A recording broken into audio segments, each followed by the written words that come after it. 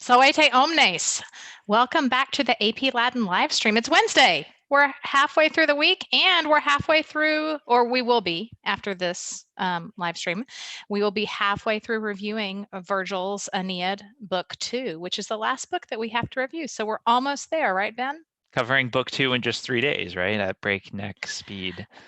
I know. My goodness. And we Go ahead. This is the last week of review for us. So we've got book 2, and then on Friday we have a special review on how to maybe sight read. Yeah, no, exactly. They've got that second question on the exam where they're going to be doing some sight reading. So we're going to do some sight reading practice with them on Friday. That'll hopefully give them a head start. We did some sight reading, perhaps maybe for kids earlier in the live stream when we went over Virgil book 4 and book 6 for kids who hadn't gotten there. But we're going to do another day of practice. I think they are. I mean, they're going to see us doing sight reading, right? So I Maybe. think we have agreed to put ourselves out there like that and to plan passages for each of us to sight read. So I'm game. It may crash and burn, or I may crash and burn, but I'm game. Just putting it out there officially now. So right, exactly. Now we have to do it. I did want to mention as we're getting into the live stream today that these passages from the Aeneid have some challenging topics.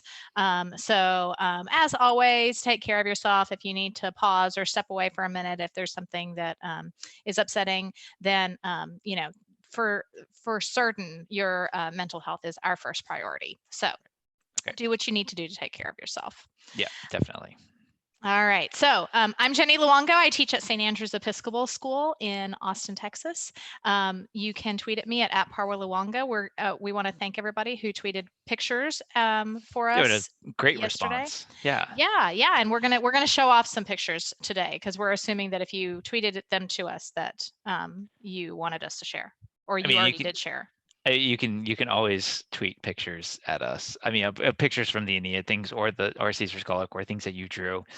If in a couple of weeks you get inspired or something, like why not? It'd be nice to see some great artwork and depictions and stuff. So I am Ben Johnson. I teach at Hamden Academy in Hamden, Maine. And you can tweet at me at Latin Tutorial.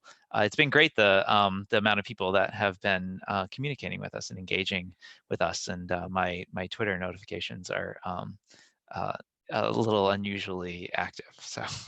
Yeah, and I was excited yesterday that my colleague, Lauren Dill, who often tweets at us during the live stream, confirmed that I was right, that the movie Troy with Brad Pitt came out on the day of the AP Latin exam. And she saw it because it was Troy, or because Brad Pitt was in it? I think it was because our Latin club went to see it after the AP exam. I mean, I would think a good outing. That could have been both things, but I remember we went. That's how I remembered it. Is we went to see it, and then we went and got ice cream at a place that was right down the street. And everyone got 5s that year. Absolutely. Just like everybody is going to get 100 on their homework exercise right now. Okay, so this homework exercise was from lines that we covered yesterday. This is book 2, 40 through 46. This is when Laocoon runs down from the city because the Trojan horse has been found on the beach, and the Trojans are kind of figuring out what to do with it because the Greeks were there yesterday. So what's up with this wooden horse that is definitely not filled with Greeks? So here are the Roganda, the questions that you were to answer. Hopefully you've used this time to get your responses out. So here we go. So number 1, translate magna comitante caterva. This is an ablative absolute, but comitante is a present participle. So you should translate this as with a great crowd accompanying him is the understood object of comitante, because it is talking about Laocoon running down. And as I said, it's an ablative absolute. According to line 2, what is Laocoon's state of mind? So you really want to focus on that word ardanes. He is energetic, passionate, fiery. Ardanes can have a lot of different meanings, especially some that are a little bit more figurative than actually like on fire, because he's definitely not on fire here. His mind might be on fire. Figuratively on fire. Figuratively, yeah, not Yes. literally. Yeah. Yeah. To what proposed action of the Trojans does Insania refer? And that's considering bringing the Trojan horse within the city walls. All right, so question 4 asked you to write out and scan all of line 4. And you can see here that it's marked for you. It's dactyl, spondy, spondy, dactyl. Did I say enough spondies? Dactyl, spondy, spondy, spondy, dactyl. And then the last. T, what's that? Yeah, so the last foot, you can absolutely mark as a spondy and it would be counted correct on an AP exam. However, that last syllable can be long or short, and here it's actually short. So that means that rather than being a spondy, it's a trochee. But don't panic if you're seeing that and thinking, I thought I could always mark a dactyl and a spondy at the end. You absolutely can. But I'm with Ben. I can't mark it long when I know it's not long. So I often mark a trochee for my kids. and they're like, what? I thought it was a spondy. Did I put that down? I put down the T for trochee? Yeah, you Oh, did. awesome. That's great. Yeah. Yeah. Yeah. No, I approved. I looked at that and I was like, excellent job, Ben. 100 for you on this. Okay, great. Yeah, that final syllable is often called an anceps. It's like either headed, and it doesn't matter at all. I mean, it can't be like you would think that maybe like a poet would have made this long by position, and yet they couldn't because there's nothing that comes after it. So I mean, because you can't make a short vowel long by position at the end of the line, then it can be whatever. So. And so for those of you who have been asking, we are going to try to do a little bit more of a tutorial on scansion at the end of this episode. So look for that if you're still thinking, I really need more help on this. Number 5, the case of Dolis. We talked about that last time, I believe, so hopefully you remembered. That question is, or do you think any gifts, dona, of the Greeks, danaum, are lacking, carere, dolis? So this is that ablative of separation because you're lacking it, are lacking tricks. And then in line 6, the out hoc inclusi ligno occultantur, and I should have said lig occultantur, kiwi. So there are a couple of stylistic devices there. You could have identified ligno as metonymy, or are the Greeks hidden in this wood standing for the whole wooden horse? Are the Greeks hidden enclosed in this wood? Notice how a kiwi and an inclusi agree, and hoc and ligno agree. So it's also that A, B word order. It's also synthesis. So both of those are correct. You only had to put one. Hundreds for everybody, right? Yeah, and synecdoche is a form of metonymy where like part for a whole or like something that it's made up of and stuff. Yeah. Yeah. So I think probably either one would be absolutely correct. Yeah. All right. So we promised you that we would show you some of the drawings in case you're not on Twitter. So this was sent to us by a student named Anthony who has been very engaged. I like it because it also includes some Latin words, the laocoon, as we talked about yesterday, and the taurus in aura on the altar. That's very good. And we've got the Gemini angues coming at them. And one of them has that crest too. So yes, the ubi sanguinei. Yeah, that's very well done. Very well done. The next was sent in by a teacher. This was done by her students back. You can tell it's on a whiteboard back when we went to school and wrote things on whiteboards. What are whiteboards? I don't know. Right, exactly. So here you can see again the blood red crest, the ubi sanguinei. This has like several different scenes. Laocoon is sacrificing at the top. Then you've got them skimming the surface of the sea on the side, and then you've got the blood red crests and their vibrating mouths with their hissing mouths with the vibrating tongues. Sibylla, lambebant, vibrantibus, linguis ora. I just said those words in not the right order, but they're all words in that line. That's okay. That's great. Virgil won't mind. Virgil won't mind. They just came to me. I like All this right. perspective on this one. Yeah, this is awesome. This was sent in by Chloe, who said she doesn't necessarily think of herself as an artist, but this is great. Yeah, the snakes coming at the city. You can even see them opening up the Right. gates to take the horse in. Yeah, that's No, an this excellent. is great. Chloe, you are an awesome artist. Okay. Yes, Yes. absolutely, absolutely. And Look, then I you get think our the crests too. There's no color here, but you can see the crests on the snakes from behind, of course, Ponne, which is where we are, and like the horse and everything. So all the Trojans out there. Yeah. right, exactly. And then this is just awesome. This is a picture that was submitted to us by Olivia, who I believe watches from China. So she doesn't watch us live because of the time difference. So we got this a little bit later, but she's labeled it. You can see Tranquilla per alta, they're inter fluctus, they're between the waves. She's got the Ubi sanguinei labeled. She's got the Sibylla lambebant linguis vibrantibus ora, the words in order there. How exciting. She's got their ardentes oculos suffecti sanguine. They're having been filled in respect to their burning eyes with blood.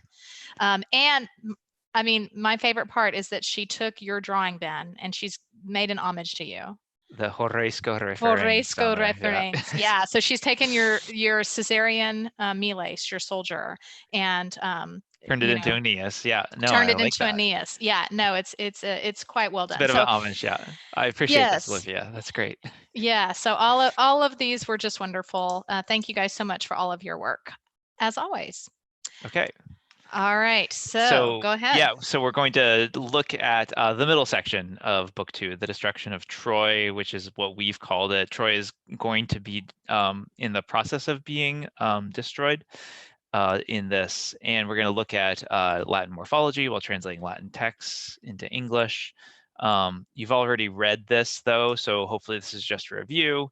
And we already did this exam practice and so forth. We are going to, at the end, do a quick scansion review, talk about maybe why you would want to scan beyond just even answering just questions about it and the benefit of that, and also pointing to a resource that that we have that will hopefully give you all the ample practice that you'll need. Just to warn you again, there are some touchy subjects here as Troy's burning, and some thoughts that maybe Aeneas has, and things that other people have, that just be on the lookout for that, and make sure that you take care of yourself. All right, as always, you can find lots of information in the bit.ly/APLatin YouTube folder. For those of you who are asking where there were some closes for book 2, I put them in the folder today. Sorry, I'd been remiss. So everything is in there. Go ahead and take out your book, take out your notebook, and let's get going. We're going to start today with a Pear Deck form, right? Pear Deck Primum? Primum. So yeah, we're actually, we've kind of got lots of Pear Deck work for us today. We know that some of you have asked us for the more competitive Kahoot or Gimkit or Mentimeter, Mentimeter. I'm still not sure how to say that one. And don't worry, we've got those things planned for the rest of the week. We also, I think we'll probably maybe find a way to do some of those in that last review week. So don't worry. But we also have fans of Pear Deck here. So go to joinpd.com and type in those 5 letters, PULHX. Which stands for Purple Umbrellas Lift Hilarious X-Rays. And we're going to do some work on the Pear Deck, and then we're going to go back to the PowerPoint that Briefly. Ben was just showing for you. And then we're going to come back to this Pear Deck. So you'll want to just kind of leave it standing by. So today is not right. It's not Wednesday today. It's Pear Deck Day. It is Pear Deck Day. We have a lot of stuff on Pear Deck, but it's going to be a good day. So again, you can still go to joinpd.com even after we get it started. And the letters today are PULHX, which we'll try to keep saying in case you lose it. But we're going to go ahead and get going. All right. So discipuli, tempus erat, quo prima quies mortalibus aegris incipit, et dono divum gratissima serpit. Ben, did you notice that I just couldn't leave out these two lines? We were talking about doing something else with the rest of the lines in this section, but I just had to add them in. There's some of my favorite lines in the Aeneid, which Well, I know I say all the time, but so it's so true. so briefly, yeah, yesterday we talked about like the idea of snakes and stuff, and we have these twin snakes, and then if you look at the words that Virgil uses, the horse itself has a lot of snake-like words being referred to Mhm. it, and so as it like glides into the city and everything like that, and here we have again this serpent, which is talking about the rest, this very thankful rest. It slithers in as a gift of the gods or something like that. Yeah. And so like this rest is, snakes can be representative of destruction, but then also because they shed their skin, they're representative of rebirth, similar to fire too. And so there's a great paper that a lot of people maybe read called "The Serpent and the Flame" that talks about snakes and fire imagery throughout this book, representing destruction and rebirth at the same time. So Yeah, so pretty cool. So we wanted to take a look at these lines because they are so great. And we want you to put a red dot on the word that is an ablative of time when, a blue dot on the date of a purpose, and a green dot on the date of a reference so that we can look at these beautiful, beautiful lines and also get in our required grammar practice for the day. So tempus erat, it was the time. And we'll go ahead and see how we're doing. So tempus erat quo, that is where your red dot goes. It was the time at which prima quies, the first rest begins. So that's why we had that beautiful dark scene in case you were wondering what was going on there. So the dative of purpose that we wanted you to find is actually in the next part. And as Ben said, the most pleasing gratissima rest, quies, creeps in dono. Very good job on finding that dative of purpose, all those blue dots there. Like a gift, as a gift. That's the dative of purpose, divum, of the gods. And then the words I skipped in that first part, the prima quies, the first rest begins, mortalibus aegris, for weary mortals. That's our dative of reference. All right, you really? want to, before we leave, do you want to know what I think prima quies is? Yeah. So the first wrestling, I think like the beginning part, but it's this personal opinion here. Back before we had electricity, people would actually sleep in two big chunks. And instead of like a whole like straight 8 hours, that's really a modern invention because we can stay up later. So often you get this idea in a lot of early literature of the first rest and then the second rest.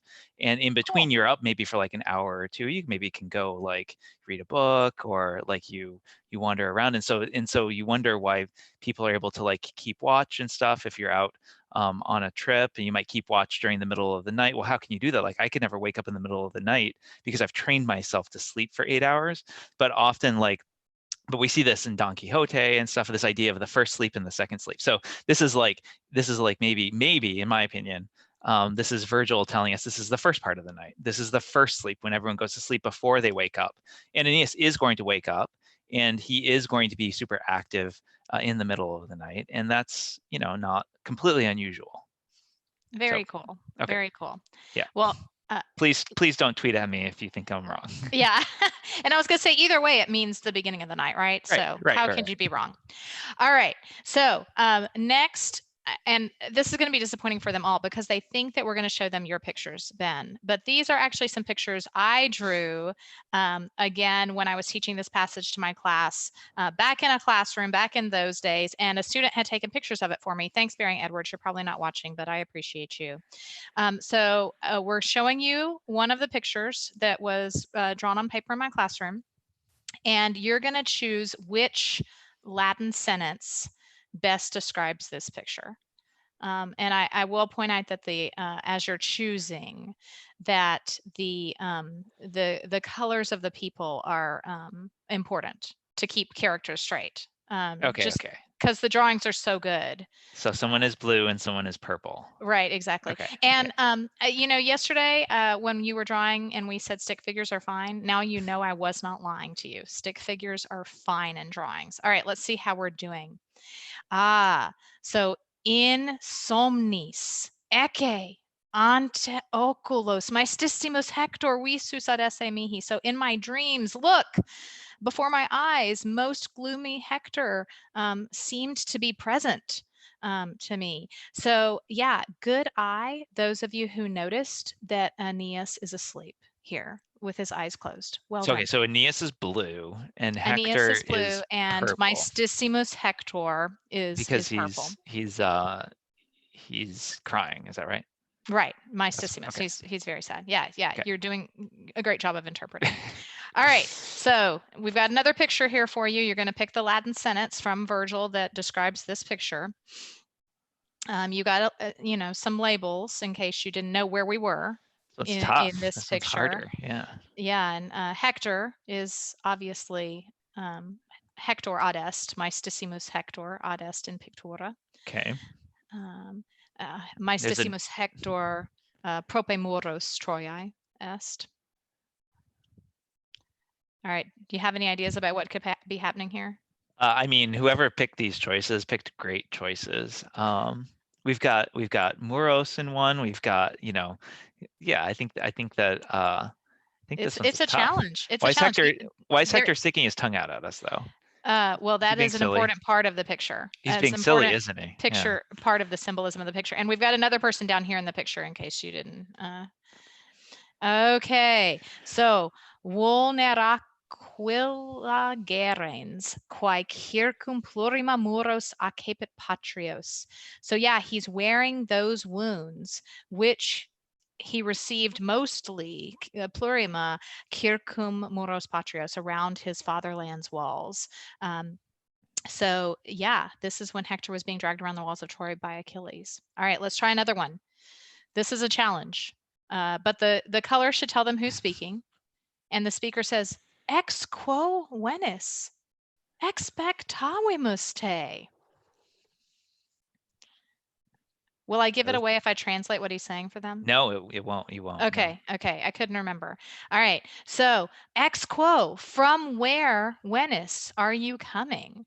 Expectavimus te, we have waited for you, Aeneas, dixit. There are two possibilities, and it's not obvious which one.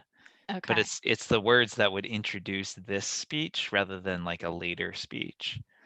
So Okay, so they're really going to it's have tricky. to It's tricky. Yeah, struggle you to gotta really figure think about out like which speech is happening here. I would Yeah. say that those words, if they had faces, would have tears coming out of them. Oh, yeah. Okay, so it seems like most people are thinking it's ultra flames ipse videbar. So crying even more, I myself seem to address the man and to bring out these maestas voces. Everybody's maestas in this passage, and to bring forth these sad voices. Is that the one that you were going for? Well, that is the thing that introduces this speech. So Yeah. No, I thought they were right. I thought they were right. Since you did such a great job of like actually giving them words, it is hard to actually like, so what words would describe it, and then put the words that you had written there too. So yeah, so right, this is obviously Aeneas. He seems to address him. Why does he seem to address him? Because in somnis, right? It's in his dreams. Yeah. Okay, so this is another section from this same part. Okay, quae caus indignas arenos foedavit vultus, aut cor haec vulnera cerno. These are more things that Aeneas is asking from Hector, and we want to see if you guys can draw arrows from the adjectives in this section to the nouns that they modify. We haven't done any drawing yet. You got to pick your colors too. So. I know. I decided to try this new today, so we're going to see how it's going. All right. So serenos goes with vultus. This person got that. Indigna goes with causa. That is well done. Someone connected haec vulnera. That's also well done. So this one should be hike Woolnera. We want to have hike and Woolnera connected. The only thing that I see that maybe they could have done Oh yeah, is to connect Quai with Causa, there we go. right? So what unworthy cause has befouled Foidawit, your serenos vultus, your serene expressions, out, or cur, why Kerno do I see hike Woolnera, these wounds? All right, beautiful drawings, Okay, beautiful drawings. that was a risk. Okay. Yeah, that was. I think it worked out. I worried you'd be scared. All right, let's try another one. So now we know it's Hector decanes, right? Because it's purple. And Okay. Yeah. Hector says, "Heu, eheu, fuge, nate dea." And so I think I can So translate for him again, right? It's not yeah, going to yeah, hurt. you can. Yeah. Yeah. Yeah. So Hector yells out, "Alas, he eheu fuge, flee, the one nate born dea from a goddess." So he's not asking like, Aeneas, are you fleeing me? Right? He's just telling him, get out of here. Yeah, no, that's an imperative, right? He's Yeah, it telling is. him So this fuge. would be so they would be selecting the words that would introduce this speech where he says, Right. "Eheu fuge Right, nate dea." exactly. Yeah. Exactly. All right, let's see how they're doing. Let's see how they're doing. So, this was a tough one, I noticed. Mm. But yeah, so and Neck, he doesn't delay for me asking about unimportant things, wanna vain things, right? So Aeneas forgets that Hector's dead, and so he's like, "Why do I see these wounds on you?" And so Hector doesn't answer that said, but seriously, Duquesne's leading Gemitus groans from his deepest chest. He says, "Get the heck out of here, Right. Mate Dea." What are All you right. talking about? Right. Yeah, yeah, You kind exactly. of Okay. wonder, like, well, yeah, what Hector's actually thinking about here when Aeneas says those wanna. Um, Yeah, I mean, I think he's just like, I always tell my students the story of how, like, after my father died, I would have dreams that he was alive, mhm. and then I would wake up and, of course, be just really sad because I realized he wasn't. I tell him that Aeneas probably has that experience where he My gets excited to see Hector. parva maestissima. Parva maestissima. Yeah, Yeah. I definitely identify with Aeneas here, kind of being confused in his dream. All right, so let's see what's describing. We've got some labels for him. We have hostes, and I'm sure they recognize Muri Troiae by now. That's such great imagery. And then we've got the penates in Manu. So let's see what's going on here. Yeah, that's This was an easy one. easy. Yeah. Hostis habet moros. The enemy holds the walls. Troia commendat. Troy entrusts Sacra, her sacred things, suosque penates, and her household gods. Tibi, to you, Aeneas. All right. So we've got some more things labeled in this beautiful picture for them. We've got templum or an ides. We've got Yeah. ignem. You gave it. Who's Did I the? give? You gave it away. Yeah, I think Well, if they were listening, sometimes maybe. people. Oh, actually, Yeah. no, not really. Um. Oh well, yeah, I mean, it's going to be more obvious. Sorry. that's Sorry. okay. Phonum. It's a phonum. There you go. Yeah, exactly. Lots of words for temple. De lubrum, maybe. All right.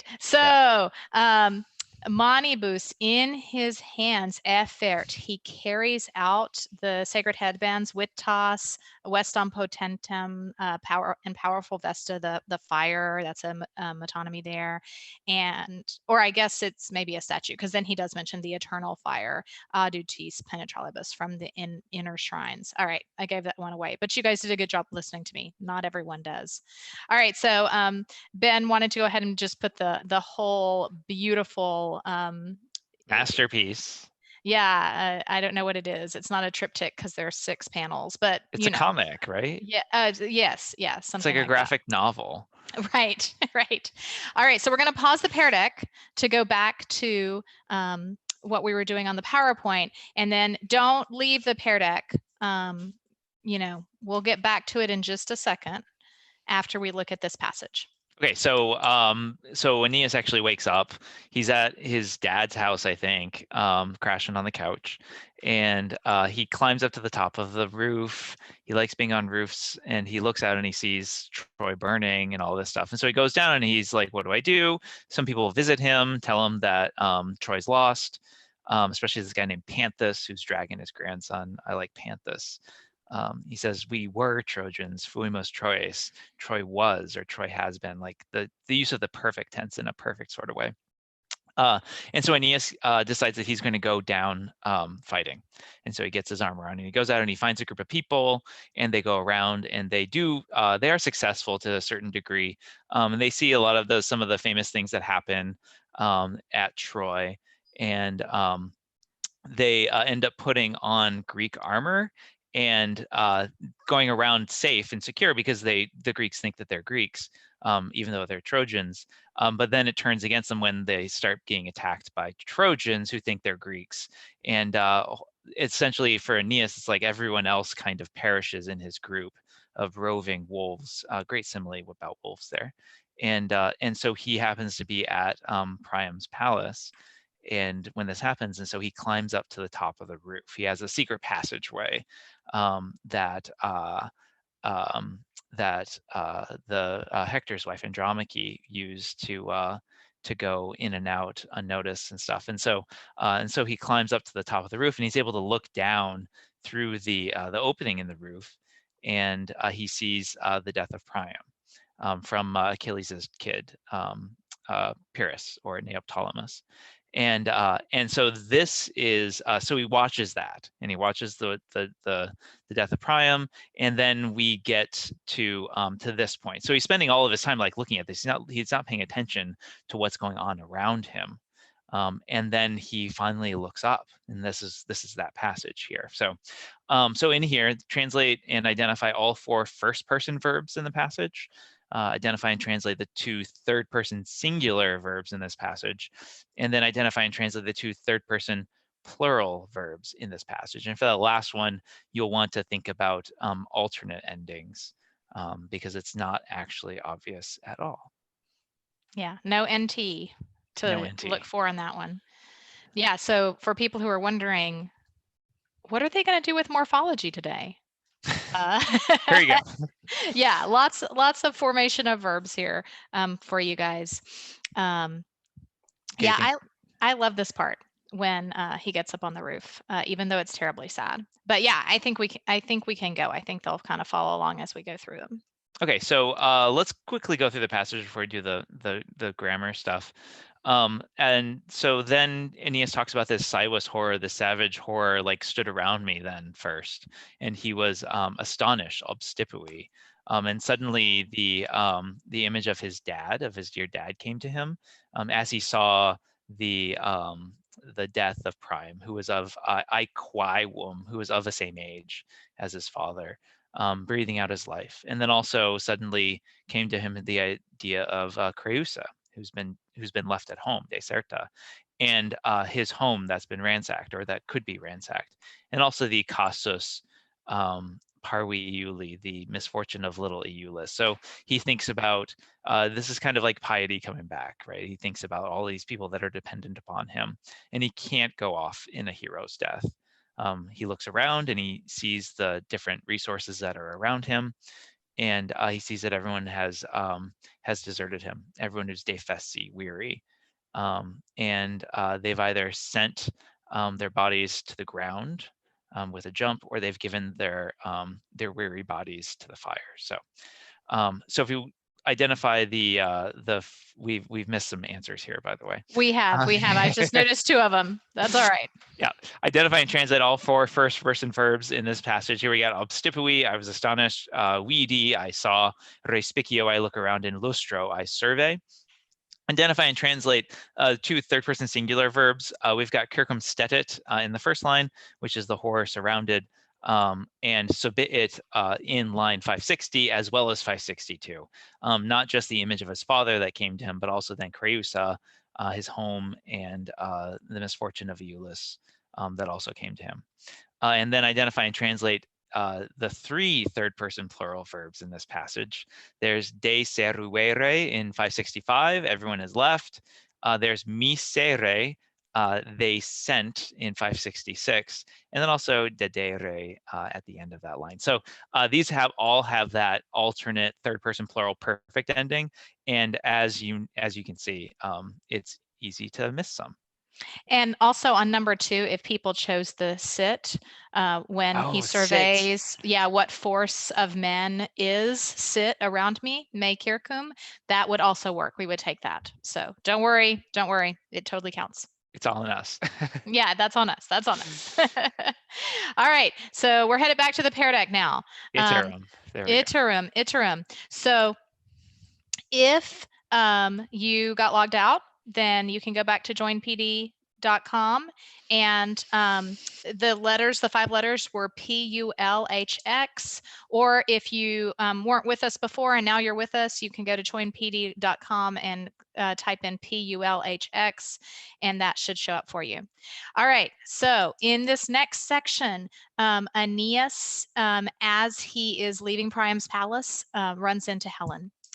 And so we want you to put your dots over the present participles that describe Helen.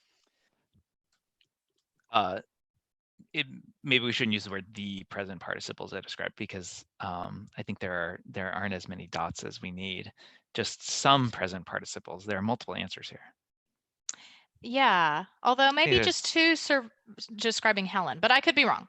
I could be missing one. It happens to me all the time. We can talk about it. Yeah, I was gonna say we'll talk about it in a minute. Okay, so and now I was the one still surviving when auspicao in that third line, I catch sight of Tyndarida, the daughter of Tyndareus. This is Helen, and she is servantem. That is definitely one of the present participles you should have found. She is servantem. She is guarding the thresholds of Vesta, and she is latentem, hiding tacitam, quiet, in a secret seat or in a secret place. All right, there are some other present participles here. And so I think you can take them as Helen or Aeneas. Is that what you think? I think so. Is that what you were going to say? Yeah, I just checked the commentary. The commentary itself says supply mihi here, so says to go to Aeneas. So the fires give clear light to me, wandering around through everything and bearing my eyes through all things. I'll tell you why I think it's Aeneas, because Helen is not erranti. She's not wandering around. She's like settled and hiding. So that's why I took it as Aeneas. So anyway. All right, so we just gave you a hint on this one, so you should be able to quickly pick the best translation for this particular section. So dant clarin kende a lucem erranti passim quoculos per cuncta ferenti. So I'll give you a couple minutes to kind of differentiate among these fairly similar translations that we've given you to look at for this line.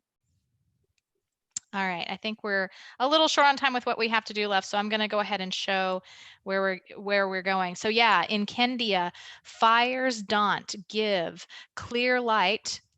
Mihi, as Ben said, you might want to supply there, to me wandering, and ferenti, carrying my eyes through everything, passimque, everywhere. All right, good job on that. Okay, so next section, drag the green dot to a participle that describes Troy, and the purple dot to a participle that describes Helen. And with this one, I think there's a couple for Helen, maybe. So don't worry if you're trying to decide between a couple, because I think you're right. There are a couple. Yeah. All right, let's see how we're doing. So she fearing Primetuanes, like in advance, because Ob of Troy, Pergama, the citadel of Troy, Awersa, having been overturned. So I see a lot of you have Awersa covered up, and that is a participle that describes Troy. Pergama So here, right? Yeah. yeah. So she, fearing the hostile Trojans and Festos, Teucros for herself, and the punishment of the Greeks, and the iras, the wrath, the angers of her deserted spouse.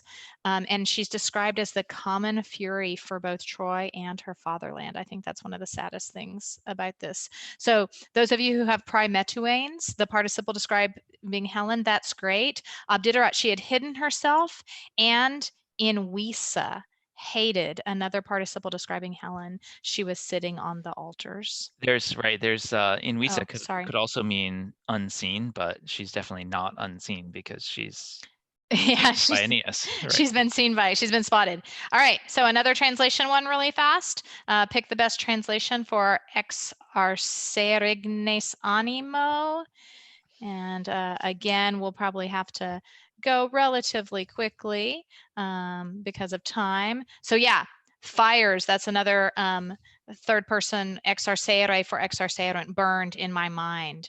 All right, the orange dot to the participle describing Troy, and the red dot to the participle that means wicked.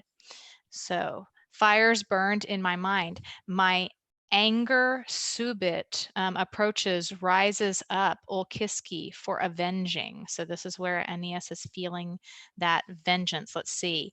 For avenging my cadentem, my falling patriam. So yeah, the orange dot over cadentem is absolutely right. And to sumere exact sceleratas poinas, wicked punishment. So sceleratas is wicked there. All right, last one. We want the gray dot over the participle that means acquired, and a blue dot over a participle that means accompanied. So skiliket, one of my favorite words, as you guys know. Obviously, everyone knows that. hike, this woman auspiciate, safe in Columis, will see Sparta and Mukenas Patrias, the Mycenaean homelands. And as a queen, Regina, she will go, EBIT. Let's see how we're doing. Oops, I don't know what just happened with that. She will go parto in an acquired triumph, talking about the Greek triumph. She will see Widabit, her both her This is husband. metonymy, yeah. Yeah. Marriage for husband, Marriage, yeah. her husband, and her home, and the children of her father. I think it's the home of her father. Yes, thank you for that. Yeah. The home of her father and her children, and we're looking for accompanied. So komitata is the word that you covered up, and that's great. Accompanied by a crowd of Trojan women and Phrygian attendants. All right. So we'll stop the Latin there for today, right, Ben? And we'll stop the sharing there for today so that we can very quickly go through some scansion. Okay, so for exam practice. Okay, so here we go. So say you have a line, and often, like if you have a lot of words that end in A, or if you have like IS words, it does benefit you from a grammatical perspective to identify whether those vowels are long or short. And you can do that by identifying the length of the syllable, because long vowels have to be in long syllables, more or less long syllables. So this is maybe a good quick guide on how to do that. And the hexameter is made of dactyls and spondees. Hex means 6, so there are 6 feet of dactyls and spondees.